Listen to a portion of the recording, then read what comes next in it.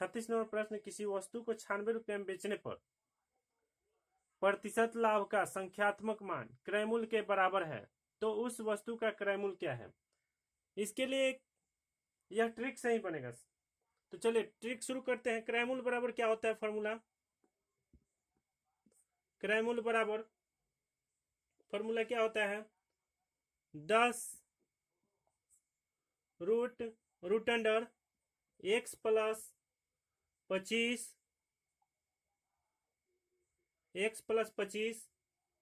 और माइनस 50। यह फॉर्मूला याद करना पड़ेगा। देखिए क्या होता है, क्रय मूल्य बराबर हो जाएगा 10 रूट अंडर x प्लस 25 और माइनस 50। यहाँ x के जगह क्या होगा, x का मतलब यहाँ पे विक्रय मूल्य है। क्या है, विक्रय मूल्य है। जहां पे x लिखा है वहां पे विक्रय मूल्य का मान रखेंगे। तो विक्रय मूल्य 96 रुपया है। क्या है, 96 रुपया है। अब देखिए इसको बनेगा कैसे, 10 तो होगा ही रूट अंडर, अब 96 x की जगह क्या हो जाएगा 96, अब प्लस 25 और माइनस 50।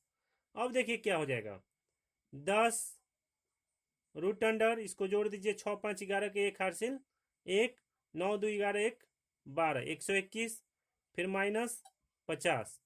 अब कितना हो जाएगा, अब कितना हो जाएगा 10 गुना 121 का वर्गमूल 11 माइनस 50। अब क्या हो जाएगा, अब हो जाएगा 11 में 10 से गुना करेंगे 110 माइनस 50। अब कितना आ जाएगा आंसर, 110 में से 50 को घटा लेंगे 0, फिर 11 में से 5 गए 6, 60 आंसर होगा। कितना होगा, 60 आंसर होगा। इसको अच्छा से देखिए फिर से। देखिए किसी वस्तु को 96 रुपये में बेचने पर प्रतिशत लाभ का संख्यात्मक मान, देखिए क्या होगा, जब प्रतिशत लाभ और क्रय मूल्य बराबर हो तो वह इसी ट्रिक से बनेगा। जब संख्यात्मक मान और क्रय मूल्य बराबर हो तो यह इसी ट्रिक से बनेगा, और कोई उपाय नहीं है। क्रय मूल्य बराबर क्या होगा, 10 root under x plus 25 minus 50। x की जगह क्या लिखाएगा, x की जगह विक्रय मूल्य जितना 96 रुपया है वही लिखाएगा। तो 10 रूट अंडर 96 प्लस 25 और माइनस 50, 96 और 25 को जोड़े तो 121, 121 का वर्गमूल 11, 11 में 10 से गुना होगा 110, 110 और माइनस 50, 110 में से 50 को घटा देंगे 60। आया समझ में। चलिए आगे बढ़ते हैं। 37 नंबर प्रश्न, किसी वस्तु का विक्रय मूल्य 39 रुपया है यदि इसके लाभ प्रतिशत का संख्यात्मक मान इसके क्रय मूल्य के बराबर हो। देखिए फिर वही क्वेश्चन कर रहा है, इसके लाभ प्रतिशत का संख्यात्मक मान इसके क्रय मूल्य के बराबर है। लाभ प्रतिशत और क्रय मूल्य दोनों बराबर है तो उसी फॉर्मूला से बनेगा, क्रय मूल्य बराबर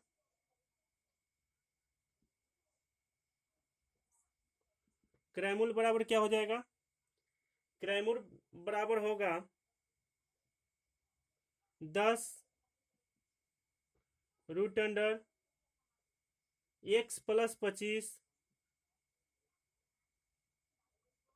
x प्लस 25 फिर minus 50, 10 root under x plus 25 और माइनस क्या होगा 50। अब देखिए क्रय मूल्य बराबर क्या हो जाएगा, 10 रूट अंडर x के जगह पे क्या होगा, तो इसमें एक ही संख्या है विक्रय मूल्य, तो x के जगह पे क्या होगा विक्रय मूल्य, विक्रय मूल्य कितना है 39 और प्लस 25, 39 प्लस 25 और माइनस 50। अब देखिए क्या हो जाएगा, सॉरी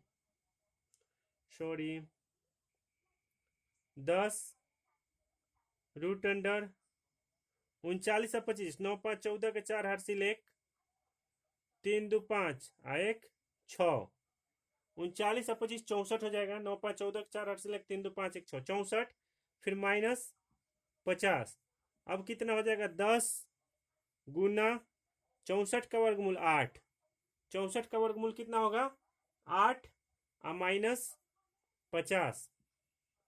अब क्या हो जाएगा, 10 में 8 से गुना होगा 80, 80 में से 50 को घटा देंगे 30, 30 रुपया आंसर हो गया। क्या हो गया?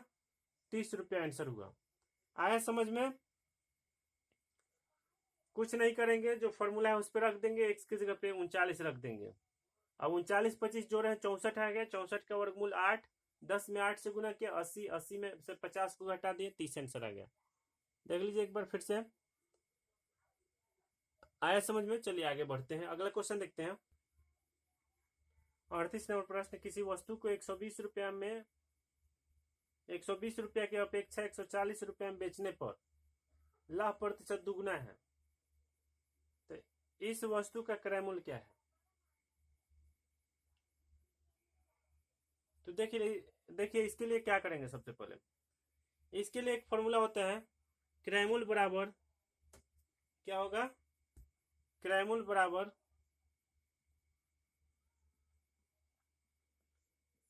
बराबर क्या हो जाएगा? nx माइनस वाई, nx माइनस वाई और बटा में n minus one, n minus one. यहाँ n बराबर क्या हो जाएगा?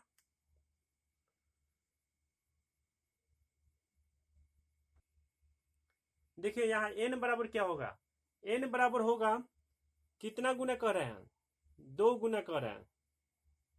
किसी वस्तु को 120 रुपया की अपेक्षा 140 रुपया में बेचने पर लाभ प्रतिशत 2 गुना, तो जितना गुना होगा उतना n बराबर हो जाएगा 2 गुना।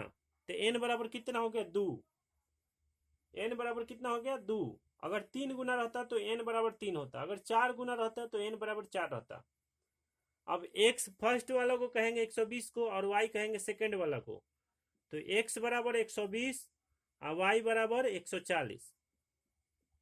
दो गो विक्रय मूल्य दिया है ना, करे किसी वस्तु को 120 रुपया की अपेक्षा 140 रुपया में बेचने पर, तब बेचने पर मतलब क्या होता है? विक्रय मूल्य होता है। बेचने पर मतलब क्या होता है? विक्रय मूल्य होता है।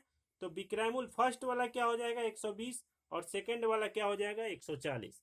मतलब एक्स मान लिया फर्स्ट विक्रय मूल्य को और वाई मान लिया सेकंड विक्रय मूल्य को। तो चले इस फॉर्मूला पे रख देते हैं, बन जाएगा आराम से। क्रय मूल्य बराबर क्या हो जाएगा? क्रय मूल्य बराबर एन एक्स, एन के जगह पे क्या होगा? 2, एक्स के जगह पे क्या होगा? 120, एक्स के जगह पे क्या होगा? 120, फिर माइनस वाई के जगह पे क्या होगा? 140, वाई के जगह पे क्या होगा? 140, फिर एन माइनस वन, एन के जगह पे क्या होगा? 2 और वाई के जगह पे क्या? एक के जगह पे 1। समझ में आया? इसके बाद क्या करेंगे देखिए, रख दिया फॉर्मूला पे, क्रय मूल्य बराबर एन एक्स माइनस वाई बटा एन माइनस वन। अब n के जगह पे 2 और x के जगह पे 120, फिर y के जगह पे 140 और n के जगह पे 2 और 1 के जगह पे 1। अब समझ में आया? अब गुना करेंगे, 120 दूना 240, 120 दूना 240 माइनस 140 और 2 में से 1 को घटाएंगे 1। अब कितना हो जाएगा? 240 में से 140 को घटा देंगे 100, 240 में से 140 को घटा देंगे 100 आंसर हो गया। समझ में आया?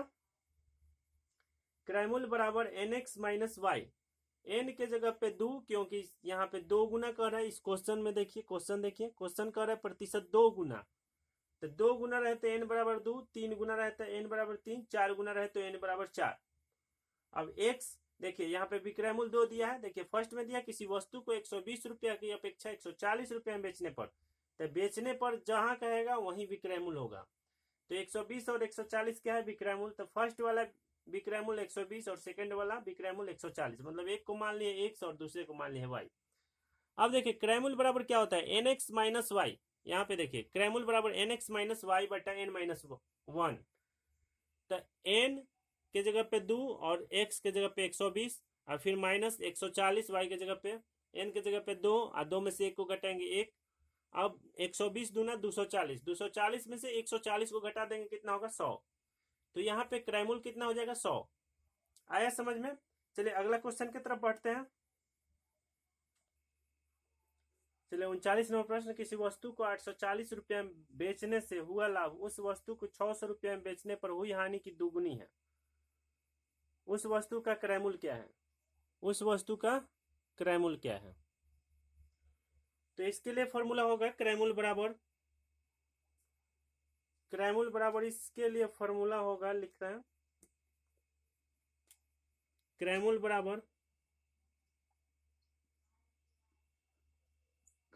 बराबर क्या होगा, x प्लस एन वाई